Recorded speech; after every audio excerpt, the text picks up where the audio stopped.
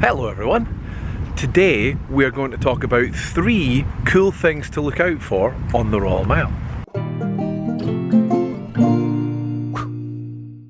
Look at this weather.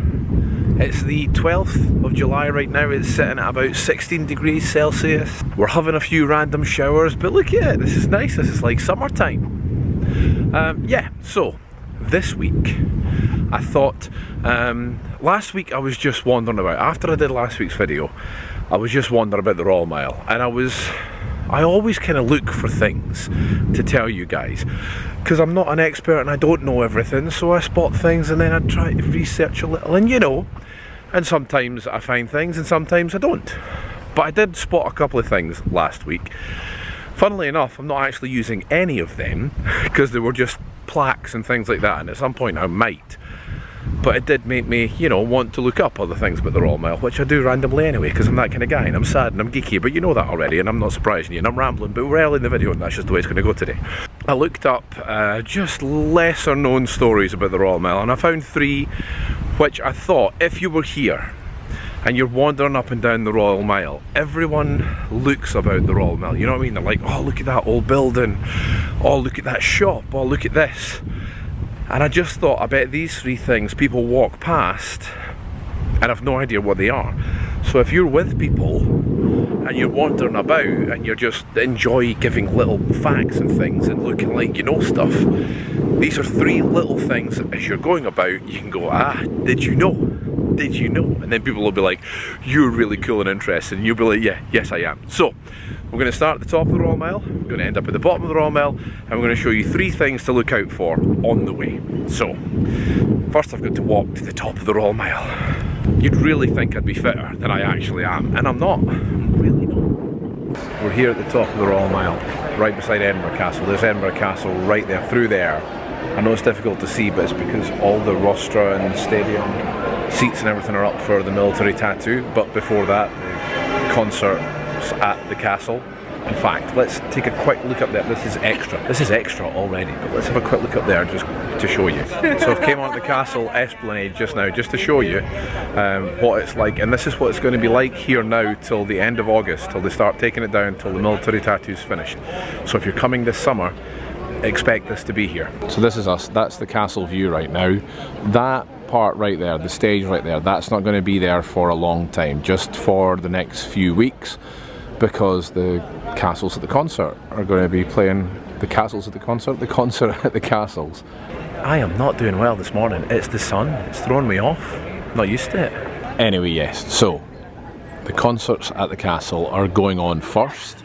Can you imagine coming to see a gig with that backdrop? We came to see Tom Jones here a few years ago with the backdrop there, and he was incredible, and the venue is just, you can't get better. But as you look around here at the esplanade, there we go, there's all the seating for the Royal Military Tattoo, and the Royal Military Tattoo happens exactly where I'm standing. This is essentially the stage for it, the esplanade right in front of the castle. But that's just to show you what it looks like right now. The first thing we're going to do is we're going to go back onto the top of the Royal Mile, and the first little thing, and these are little things to look for, these are not easy things to find, these are hard things to find, is the Cannonball embedded into the building. First up, as you come onto the Royal Mile, we are literally going to look at the first building on your right hand side when you come down from the castle, the first building on the Royal Mile. It is called Cannonball House. Funnily enough, this is it. It's got a restaurant on the ground floor there. I've never been in it, so I can't grade it, but the reason it's called Cannonball House is because it has a cannonball embedded into the building, and we're going to start today by looking up. It's not easy to find, okay? This is a tiny little thing, and you can see the whole thing is Cannonball House Restaurant. But you have to come to the side here, and if you're with kids, you could keep them here for hours trying to find it, but this window and this window, there's, just to give you an example, there's the steps, first window, second window, and you need to go round about here, okay? If I can zoom in very gently, can you see it start to appear there? There it is, a cannonball embedded into the side of the building. Now, I've said this a million times, I'm not a historian. I don't know why that's there. I found a couple of stories, one saying that at one point they shot a cannon from Edinburgh Castle towards Holyrood Palace when Bonnie and Prince Charlie was staying there, because there was a bit of a fight there. But most historians are like, nah, that's rubbish, that didn't happen. Some people think it's just a marker for castle level, but to tell you the truth, I have no idea why that cannonball is there. But that tiny little thing gave that house its name, that restaurant its name, and it's a little thing that no one's looking at it. No one cares why that's called Cannonball House, no one's looking, no one knows that cannonball's there. But if you're here with kids, you're standing here, ask them to find the cannonball. I think that would be fun. Don't you? I mean, they'd get bored really quickly, but it's a cannonball, and a real cannonball hit into the side of a building. You don't see that in every city in the world. Next up, we're going to journey to a few points on the Royal Mile, and I know I said we're going to look for things on the Royal Mile, but one of them's actually in the Grassmarket. But just let me away with that, okay? We're going to look for the Wellheads. So they're called the Wellheads for reasons that you'll find out in a little bit. But there were 4 main wells in Edinburgh where people would come to get fresh water, essentially, in old Edinburgh, in the old town. And you know, you would go there and you would take your bucket and you would get water from the wellhead. They all look like that around the building. This is the one in the Grassmarket right now, just at Westbow. But unfortunately, there's only 2 of them that still have the wellheads on them, so it's not as easy to find them, or at least easy to find the wells. The wellheads aren't there anymore. I have no idea where they are. I have no idea if the council is putting them back up or repairing them. I don't know if they've just been lost. I just don't know. But there are 4 old wells, 2 of which still have the wellheads. So if you're travelling down, it'd be good to try to find the 2 wellheads that are still there. This is the first one. This is the one in the Grassmarket. So this would be it. This would be essentially where people would come to get water. There's 2 different levels to this, and this is actually one of the main bigger ones. Cars can't decide what way they're going up the road here. But essentially, when this was a well, that is where you would put your bucket. This point here, which is now unfortunately just a metal circle, would be where the wellhead was. You'd put your bucket there, just there. You'd fill up your bucket with water or whatever you had, and then you would carry it back to your house. Richer people apparently could afford for people to carry it, and that was people's jobs. They would hang about the wells, wait for people to come along who needed water, and then offer to, you know, carry it to their house to get paid. Hey, it's an honest living. Anyway, that's where the first one is, Grassmarket. We're going to head back onto the Royal Mile and get the other 3. Like I said, 2 of which still have wellheads. 1 of them don't, and again, I don't know why it's not there. It's a shame. I didn't realise that they weren't there until I came here to do this video. I'm a bit upset. Best laid plans and all that, but anyway, back up to the Royal Mile. Second well, and the first one on the Royal Mile. So just to show you where we are, there's Deacon Brodie's pub. That's the Royal Mile, heading up towards the castle, and then down towards, you know, well, the bottom of the Royal Mile, Holyrood Palace and things like that. But the second well is right here opposite St Giles Cathedral. This is it. This is the second one, and once again, unfortunately, this one's lost its wellhead as well. The wellhead as well? You can see there's now a brick, unfortunately, where the wellhead would be, but Lawn Market wellhead. The wellhead, or the cistern, was built in 1835. It probably replaced a cistern of around 1675, removed when George IV's bridge was built. The cisterns provided water from Comiston Spring via the Castle Hill Reservoir for the inhabitants of the old town. They became important meeting places where long queues formed. They fell into disuse in the 19th century when supplies to individual houses became possible. See, that's another thing about these wellheads. Since this is where everyone would have to come, you'd have to go to one of these to get your water. They became gathering places. And not only did they become gathering places, they became gossiping spaces. So essentially, the 4 wellheads through town are your original water coolers. It's your water cooler moment where you would go and you would gossip about what's going on. You know, you can just imagine people round about them going, did you hear about that Mr. Burke and Mr. Hare? Oh, they've been up to some naughty stuff, I tell you. They've been killing people and selling the bodies, and that's exactly the kind of conversation. Maybe in a little bit different sounding, but essentially the words, you know, meanings would be the same in these areas, at these wellheads. Anyway, next one, we've got to move down a little bit on the Royal Mile. Well number 3, and the first one to actually have a wellhead. You need to come down the Royal Mile. There's the Fringe office right behind me there, and the filling station is right beside me there as well. And here's the first well with a wellhead. And there it is. You can see they're very, you know, unintrusive. I mean, they're larger in the centre of town, but there is one of your first wellheads right there. This is the same one from the opposite side, and you can see it's got a different wellhead on the opposite side. This one doesn't look so happy. Maybe because it's wondering what happened to its friends. That's a proper miserable face there actually, isn't it? Not a happy bunny. High Street wellhead, the original wellhead or cistern in the position probably of around 1675, had a checkered history. It was seriously damaged by a horse-drawn fire engine in January 1897 and rebuilt. The cisterns provided water from Comston Spring via the Castle Hill Reservoir for the inhabitants of the old town. Essentially that goes on to repeat what other things, but I didn't know that. I didn't know that that was rebuilt because a horse-drawn fire engine crashed into it. See that? I'm learning with you. Isn't that cool? I don't know stuff. Don't trust me. Actually, do trust me. Trust me. Trust me. Anyway, we've got one more to find further down the Royal Mile. And last wellhead, right here, right beside, literally right beside John Knox's house. There's John Knox's house. If you haven't seen When We Go In, why haven't you watched that one yet? Go and check out that video. But here is our next wellhead.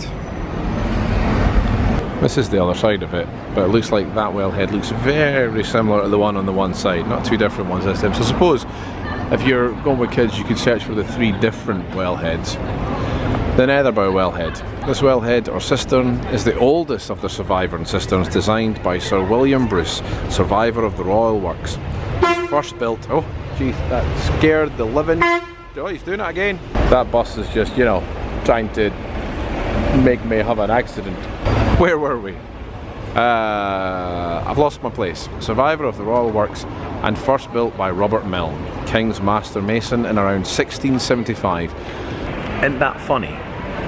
Isn't it funny that that's the oldest one and that one's still got its wellheads and 2 of the other ones don't have their wellheads? It's a shame, it's a shame, but it's a fun thing to look for. So if you're here and you're travelling down, find the wellheads, get your picture with a wellhead. Let's start a thing. Let's start a hashtag or something. Picture with a wellhead. You guys can come up with a better hashtag than that. But wellhead picture. You know what just happened? The nicest thing just happened. Just after I filmed that section there at John Knox's house and the wellhead right outside John Knox's house, there was 2 people waving at me from inside at the Storytelling Centre having a coffee. And they were Clan Broomford, over from America, literally just arrived yesterday. So nice to meet you both. I did try to get them on camera and it wasn't until I just realised just now that it wasn't filming. I'm so sorry guys, but it is so nice to meet you. Thank you for grabbing my attention, thank you for watching the videos. But yeah, thank you so much. It's so nice to meet you both, thanks for getting my attention. Next up we are heading down to the bottom of the Royal Mile. We started at the very top of the Royal Mile looking up. We travelled through the Royal Mile looking straight ahead. Can you feel the tentative link there? And now we're going to the bottom of the Royal Mile and we're going to be looking down. We started literally right at the start of the Royal Mile and we're going to finish right at the bottom of the Royal Mile. In fact, you can't get any more bottom of the Royal Mile. This is the end. This is the end of the Royal Mile here. That's the road. There, that is the Royal Mile. That, opposite, that's Holyrood Palace right there, and the Scottish Parliament is the big building that's right behind me there. And the last thing's on the ground right in front of me. This is the Queen's Gallery. Just in there, if you head in there, that's Holyrood Palace, right there, going right in.